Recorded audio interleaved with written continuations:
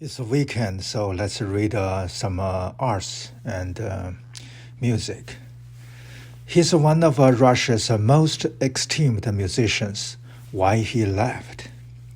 Earlier this week, in a cramped rental flat in the Bronx with a small Christmas tree, I had the privilege of chatting with one of Russia's most esteemed musicians. Mikhail Voskresensky is the former head of the piano section at the celebrated Moscow Conservatory, where Tchaikovsky was once a professor. Now 87, he had assumed he would spend the rest of his life in Moscow. His children, grandchildren, and great-grandchildren live there. He still performed frequently, and he had lived in the city for decades, spanning the Stalinist era through perestroika to current President Vladimir Putin. I never wanted to leave, he told me. But then Putin invaded Ukraine. Voskresensky is ethnically Russian, but was born in Berdyansk, Ukraine, having witnessed German bombings as a small child and lost his father in combat. He hates war and thinks invading Ukraine utterly stupid. But when he shared his opposition with his colleagues at the conservatory, he was shocked to learn that most either wanted to stay silent or supported it. Quote, "It was a wound to me that intelligent, cultured people would think that." He said they had been brainwashed to think that Russia itself was under attack from NATO. In the spring, he decided to flee, as some 700,000 other Russians have since February, according to Russian media reports, and contacted friends at the Aspen Music Festival in the U.S. to ask for an invitation that would provide the chance to defect. Several months passed before he got the visa and COVID-19 vaccination in place. All the while, Voskresensky had to keep his plans secret from others, including most of his family. But eventually he, his wife, and their 4-year-old son escaped and applied for asylum. They are now living in New York City, hoping U.S. Immigration Service will grant Voskresensky permission to work. The upheaval was huge, and he was grief-stricken at leaving behind his extended family, some of whom, to his horror, denounced him. But he felt it was too dangerous to stay.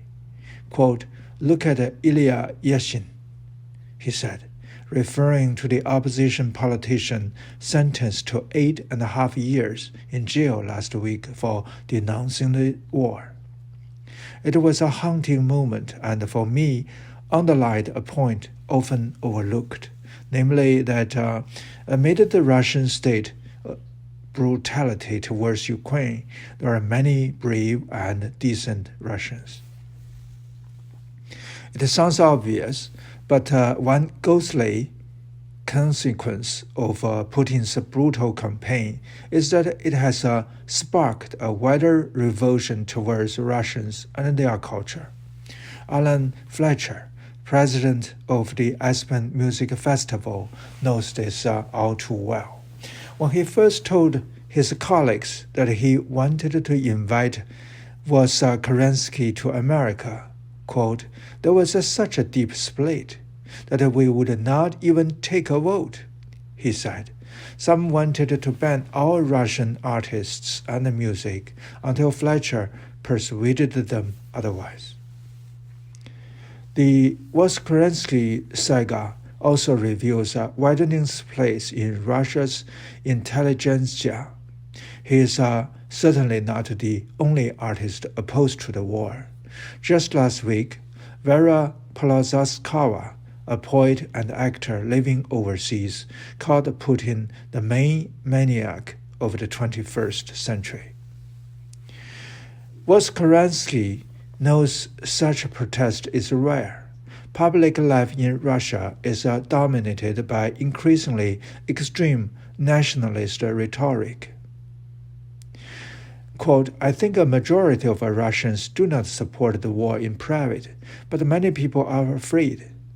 I remember the Stalin regime when everyone was afraid to speak out, and it is in our genetic code to be afraid of repression, prison, and losing our jobs. That changed in perestroika and after. Now it is back. End quote.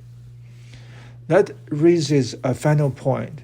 As refusionists head for the exists, they could be reshaping the Russian intellectual and creative elite for years to come.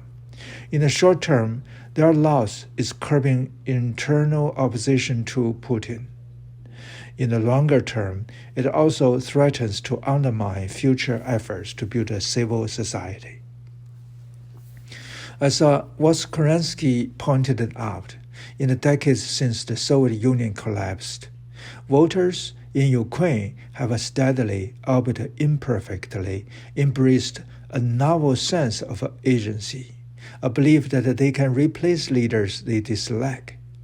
Quote, I have friends there, so I have seen how people there have smelt democracy. End quote. In Russia, by contrast, Putin's war has undermined any sense of agency among ordinary Russians, even as it has stoked it further among the Ukrainians. This is tragic for Russia and has had more horrific consequences for Ukrainians. But even at his advanced age, Voskresensky hopes that someday he will be able to go home. Quote, I cannot while Putin is there, but who knows? End quote. That's the end of this reading.